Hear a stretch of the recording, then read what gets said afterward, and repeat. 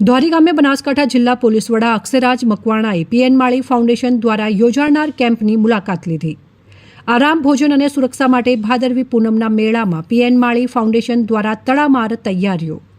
આગામી ભાદરવી પૂનમના મેળાને ધ્યાનમાં રાખીને ડીસાના સેવાભાવી દાનવીર અને ગુજરાત ભાજપના બક્ષીપંચ મોરચાના પ્રદેશ મંત્રી પીએન માળી દ્વારા વડગામ તાલુકાના ધોરી ગામ ખાતે સેવા કેમ્પની તડામાર તૈયારીઓ શરૂ કરવામાં આવી છે।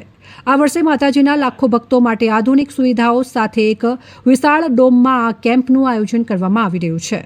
બનાસકાંઠા જિલ્લા પોલીસ વડા અક્ષયરાજ મકવાણાએ આ સેવા કેમ્પના સ્થળની મુલાકાત લીધી હતી અને પીએન માળી ફાઉન્ડેશન દ્વારા થતી તૈયારીઓની સમીક્ષા કરી હતી।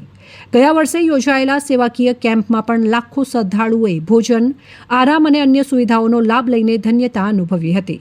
આ વર્ષે પણ પીએન માળી ફાઉન્ડેશન દ્વારા ભક્તોની સુવિધા માટે ભવ્ય અને અલૌકિક વ્યવસ્થા ઊભી કરવાનો નિર્ધાર કર્યો છે।